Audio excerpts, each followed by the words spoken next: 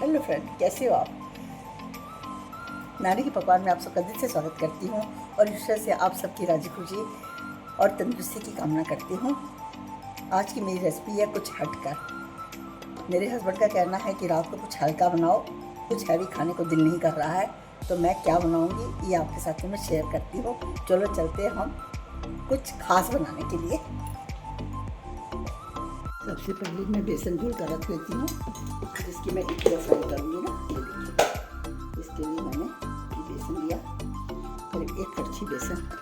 जैसे ब्रेड पकौड़ा बनाते हैं ना, सेम वैसे ही बनेगा, बहुत मज़ेदार बनता है। ये हमने बेसन डाल दिया। इसमें हम डालेंगे थोड़ी सी कस्तूरी मेथी। देखिए,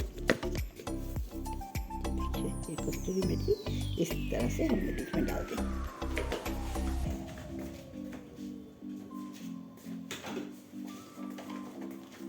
ये हमने डाली थोड़ी सी अजवाइन, ये देखिएगा, वो भी इसी तरह हमने डाल दी। ठीक है, अब हम इसमें नमक मिर्च डालते हैं। ये देखिए, मैंने इसमें डाला नमक, अपनी आवश्यकता के हिसाब से नमक डालेंगे जितना हमें ज़रूरत है। साथ में मैंने ये डाली लाल मिर्च। ठीक है, थोड़ा सा मैं डालूँगी गरम मसाला और थोड़ा सा मैं डालूँगी चाट मसाला, 2 चीज़ें और डालूँगी। ये मैंने डाला 1 चम्मच गरम मसाला। देखिए, ये गरम मसाला और साथ में मैंने डाला ये चाट मसाला। ये देखिए, ये चाट मसाला। बस अब इसको हम हल्का हल्का पानी डाल के इसका पेस्ट बना लेंगे। ये देखिए, जैसे हम डोसा इडली का घोल बनाते हैं, सेम वैसे ही हल्का हल्का पानी डाल के हम इसको तैयार कर लेंगे। जितना पानी की आवश्यकता उतना पानी डालेंगे।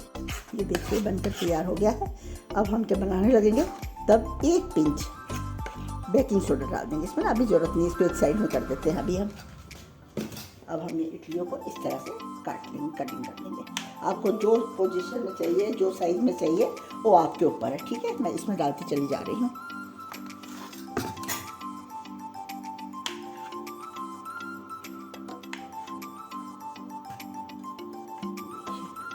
छोटी करिए, छोटी करिए, बड़ी करनी है बड़ी करिए, जो आपकी मर्जी। अब हम तेल फ्राई के लिए रखेंगे, इसको हम इस तरह से पूरा मिला लेंगे। ठीक है, इस तरह से पूरा मिला लेंगे और फिर हम तेल रखते हैं कढ़ाई में। बहुत मज़ेदार बनती है, बहुत टेस्टी बनती है। नारियल की चटनी मैंने बना कर रखी है, वो मैं आपको बता देती हूँ। ये तेल गर्म हो चुका है। अब मैं इसी तरह जो आपको दिखाई हो ना बेसन, इसी में मैं घोल के इडली को इसमें डालूंगी इस तरह से।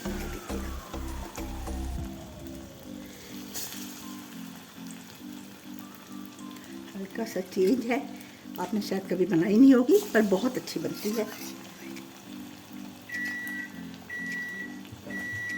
एक मिनट में माइक्रोवेव बंद कर दूँ।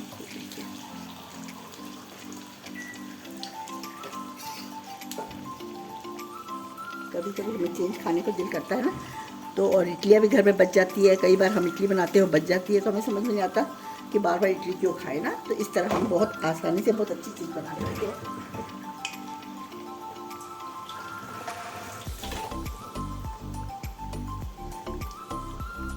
आपको मैं सैंडविच, जिसके सैंडविच चाहो तो सैंडविच बना लो, इसी तरह खाना चाहो तो इसी तरह खा सकते हो, वो आपकी अपनी मर्जी है। इसी तरह हम धीरे धीरे एक को पलटी मार लेंगे ना, इस तरह से आराम से पकड़ के पतीले अपनी कढ़ाई को, और इस तरह से ऐसे हल्का हल्का पलटी मार देंगे। बहुत अच्छी बनती है। मैंने किसी की यहाँ खाई फर्स्ट बार, तो मुझे बहुत पसंद आई थी। ये देखिए, बस इस तरह ये पकोड़े की जैसे पकती चली जाएगी। ये देखते हैं, ये हमारी हो चुकी है। इसको मैं बड़े आराम से निकाल रही हूँ। नहीं, देखिएगा, इसी तरह मैं सारे निकाल लूँगी ना। कितने अच्छे बने हैं, और दोबारा फिर हम डाल देंगे। इसके बाद सैंडविच भी आपको बताऊंगी। ऐसे खाना है तो आप ऐसे भी चटनी वगैरह के साथ में खाइए, और सैंडविच के बनाने तो सैंडविच भी इसके बहुत टॉप के बनते हैं।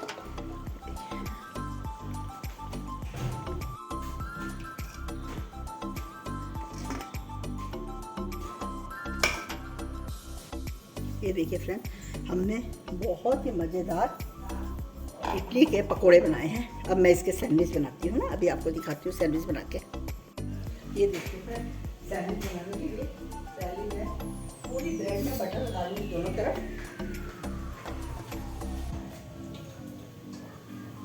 पकोड़े पूरे तैयार हो चुके हैं। अब मैं आपको बताती हूँ, देखिए मेरे सारे पकोड़े बनकर तैयार हो चुके हैं। अब मैं आपको सैंडविच बनाना भी बताती हूँ। ये पकोड़े भी खाएंगे इडली के और साथ में सैंडविच बनाएंगे, दोनों चीज़ें बताऊँगी।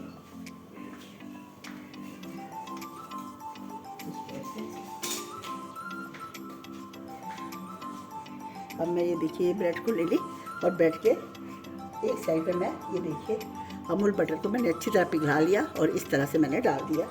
ठीक है, ये देखिएगा, बहुत अच्छी तरह से हम डाल देंगे, बहुत मज़ेदार बनेंगे। देखिए, अब इसमें हम इसको इस तरह से एक साइड में इसे डालेंगे और एक साइड में इस तरह से हम दूसरा डालेंगे। आपको नज़र आ रहा है, ये देखिएगा। और हम इसके ऊपर दूसरी ब्रेड में बटर डाल के उसको भी डाल देंगे।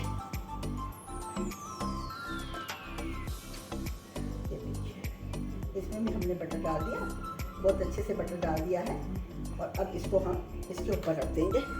ये देखिएगा, आपको नज़र आ रहा होगा फ्रेंड, ये देखिएगा, इस तरह इसको रखा हमने, इसके ऊपर हमने इस तरह से इसको रखा।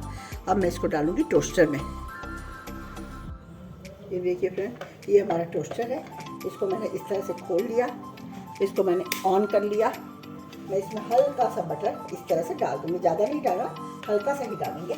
और साथ में हम ये सैंडविच इस तरह से इसमें फिट कर देंगे और एक सैंडविच और बना लेते हैं। ये देखिए, उसमें भी इसी तरह मैंने बटर डालना है। ये देखिए, आपको नज़र आ रहा होगा, आपको पता नहीं नज़र आ रहा फ्रेंड कि नहीं आ रहा, मुझे कुछ समझ भी नहीं आ रहा। मैं फिर भी इसको इस तरह करती हूँ कैमरे को। ये देखिए, इस पर भी मैंने इस तरह से बटर डाल दिया। साथ में मैंने इसको सेंटर से काट देती हूँ, काफ़ी बड़े लग रहे हैं, इसलिए मैं इसको सेंटर से काट के दिखाती हूँ आपको ना। बहुत मज़ेदार बनते हैं। बहुत जो बड़ा वाला है वो मैंने ले लिया और बड़े वाले को मैंने सेंटर से इस तरह से, ये देखिएगा, इस तरह से मैंने सेंटर से कटिंग कर दी। ठीक है, अब मैं इस ब्रेड के ऊपर इसको इसी तरह से, इसी कंडीशन में एक को ऐसे रखूँगी और एक को ऐसे रखूँगी। आपको नज़र आया फ्रेंड, ये देखिएगा, ये देखिए, ऐसे रख के अब मैं इसके ऊपर दूसरी ब्रेड भी सेम इसी तरह बटर लगाऊंगी। ये देखिएगा, इस ब्रेड में मैं इसी तरह से बटर लगा दूँगी, ऊपर की साइड में अच्छी तरह से बटर लगा दूँगी और फिर इसको मैं इसके ऊपर इस तरह से रख दूँगी। ठीक है, ये देखिए फ्रेंड, अब इस ब्रेड के ऊपर हल्का हल्का हम बटर डाल देंगे और इसको मैं टोस्टर को बंद कर दूँगी। ठीक है, बनने के लिए इसी तरह से हम इस टोस्टर को पूरी तरह से बंद कर देंगे। ये बंद हो गया, अब इसको हम पकने देंगे। ठीक है, और हम दूसरी तैयारी करते हैं। देखिए, अब मैं उसी तरह से तैयार कर लूँगी जैसे मैंने उसको तैयार किया है ना। काफ़ी ज़्यादा बड़ा हो जाएगा तो मैं सेंटर से इसकी कटिंग कर देती हूँ ना, इसको इस तरह से और इसको इस तरह से ऐसे हमने डाल दिया। जो एक छोटा पकौड़ा उसको मैंने साइड में डाल दिया। ठीक है, और मैं इसको भी चेक कर रही हूँ कि ये मेरे बहुत अच्छे सैंडविच बनकर तैयार हुआ है।